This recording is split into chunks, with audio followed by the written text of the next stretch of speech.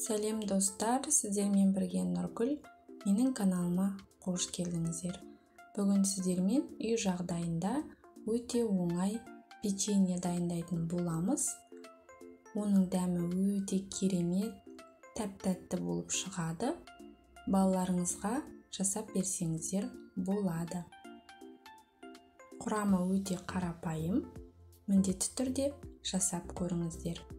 Ең әуелі ыдысымызға 2 жұмыртқа және 200 грамм қант салып, қанты ерігенше жақсылап араластырып аламыз.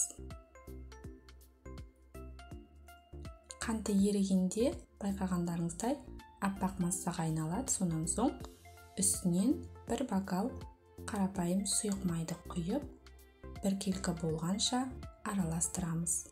Сонан соң үстінен 1 шай қасық қосқышты ұнға араластырып қосатын боламыз. Ұнымыз алдын ала еліктен өткізіп дайындап қойылған. Қолымыздың көмегімен қамыр илейтін боламыз. Қамыр қолымызға жабыспайды. Жұп-жұмсақ қамыр илеп дайындап қоямыз. Сонан соң тура видеодағыдай бір шетінен алып, құрт сияқты дөңгелетіп, печенье формасына келтіріп аласыздар. Қатты жұқа болып кетпеуі қажет. Осылай қолымыздың көмегімен жасап, табамызға жайғастырып шығамыз.